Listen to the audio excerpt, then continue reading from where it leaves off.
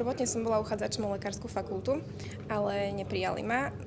Ako poistku som mala túto školu a zapáčilo sa mi tu, čiže som tu aj ostala. Na strednej škole som mala vzťah ku matematike. Akokoľvek čisto informaticky znie názov tohto programu, ide hlavne o aplikovanú matematiku. Je to odbor vhodný pre študentov, ktorí majú vzťah k tej matematike, nechcú čistú matematiku, ale matematiku aplikovanú v praxi. Čiže to bola hlavná motivácia, prečo ja som išla študovať tento odbor. Mňa oslovilo to, že táto fakulta nám ponúkala možnosť ísť na medziodbor, kde vlastne sme neboli od začiatku profilovaní, že čistí chemici, ale prihlásil som sa vlastne na biológiu a chemiu a až tu som sa rozhodol a prišiel som na to, že chemia ma viac baví a že ju chcem ďalej študovať. No tak ja som tu trošku neplánovane, keďže mi o jeden bod ušla medicína, ale vôbec akože to neľutujem, lebo nakoniec to dopadlo ako veľmi príjemné prekvapenie. Študujem fyziku a chémiu, takže je to veľmi zaujímavá kombinácia a mám veľa možností a teším sa, že som tu, hlavne kvôli tomu, že sú tu úžasní ľudia.